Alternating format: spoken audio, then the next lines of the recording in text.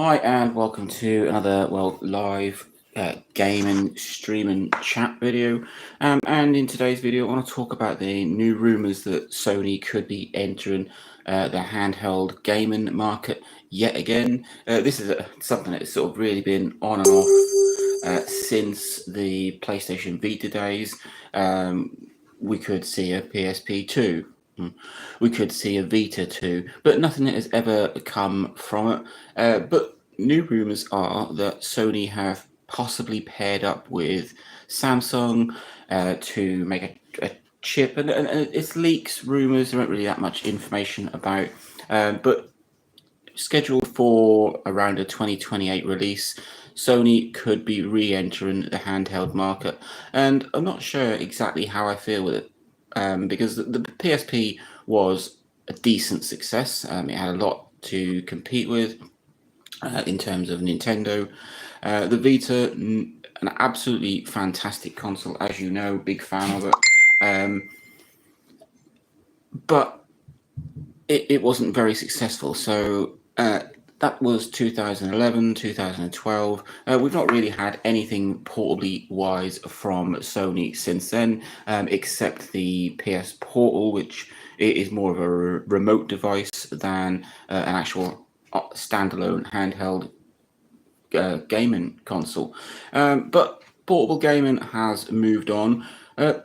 Thanks to the things like the PSP and the Vita, they really pushed handheld gaming as a rather than being sort of cut down. They really did push the fact that you could play proper AAA games on a handheld system. So we've had the PSP, then we had the Vita. The Switch has really sort of propelled handheld gaming, and more recently we've got a lot of emulation devices, a lot of handheld PCs, like from the likes of MSI and ROG, and obviously the Steam Deck. It really did. It took that sort of Nintendo Game Boy DS feel of having a console that just didn't match home consoles, and they've expanded on that. We've now got the Switch 2, like I say, things like the Steam Deck. These are all highly powerful consoles, and it's probably a good time if Sony were to get into the handheld gaming again. But let's focus on what we sort of already know-ish about the new Sony handheld. It's codenamed Jupiter, or the chip that it is using is codenamed Jupiter. It's going to be somewhere in the power of an Xbox Series S. Not quite as powerful as PlayStation 5, but it is supposed to be able to run PlayStation 5 games, which I find a little odd. We've got the PS6 due for release in sort of 2029, and then they're going to be bringing out this handheld in around 2028, which is going to be technically a portable PS5, so it can run PS5 games just at a lower resolution, and sort of not given the full sort of wowness of the PS5. So it's going to be a very odd placement. From the little information that we have so far, it doesn't look like it's going to be a whole new system. So it's not going to be like the Vita was beside the PS4 with its own game library, etc. It looks as if it's going to be a handheld PS5 technically, but with some slightly sort of cut down graphics and maybe frame rates, etc.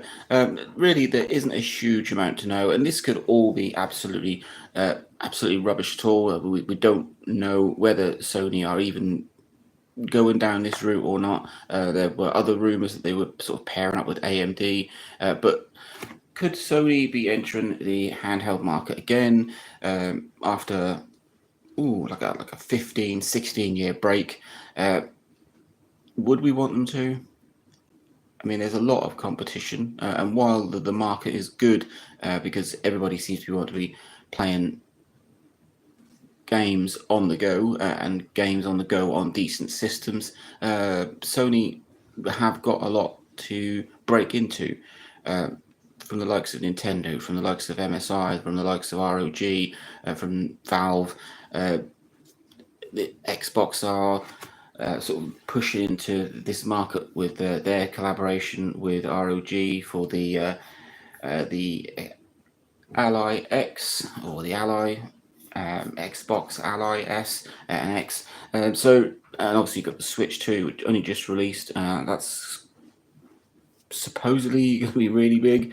It looks like it is going to be. So it's an interesting thing. There's a lot of competition for Sony to get into. Sony have a bad habit of making overpriced portable consoles. I mean, the Vita was fantastic, but it suffered from the fate of Sony. With its high price tag, games were highly priced, accessories were highly priced. They were entering into a market when other people were sort of steering away from it, and mobile phone and mobile gaming was becoming more prevalent. If it's true that it will be a portable PS5, I can see that it would have no physical media of its own. That's a big step away. It would launch then technically with a large selection of games that you could just download from the store, or if you've already got a PS5, you could download the PS5 portable version. So if it's going to be aimed at this sort of handheld PlayStation 5 market, they could hit the ground running with in 2028, 2029. That's a long way off. And yeah, they could end up with a console that it has already got a huge selection of games. I think this is where Microsoft are going with it, with their entry into the portable market. Let's not reinvent the wheel. Let's not have a whole new architecture. Let's not have a whole bunch of separate games. We would just tailor whatever games we've got and make them run on our handheld system. And I think that's where Sony would go with it if excuse me, if this whole Sony Jupiter thing is real. So yeah, it's early days. I've just seen the odd little rumor, one little leak floating around that Sony could be entering the handheld market again with a PS5 compatible Xbox Series S powered or power handheld, not using their own sort of games. It would be a portable PS5. So yeah, not sure exactly how I feel about it. I mean, I'm a big fan of Sony handhelds. Loved the PSP. Absolutely fantastic was the Vita. But has it had its day?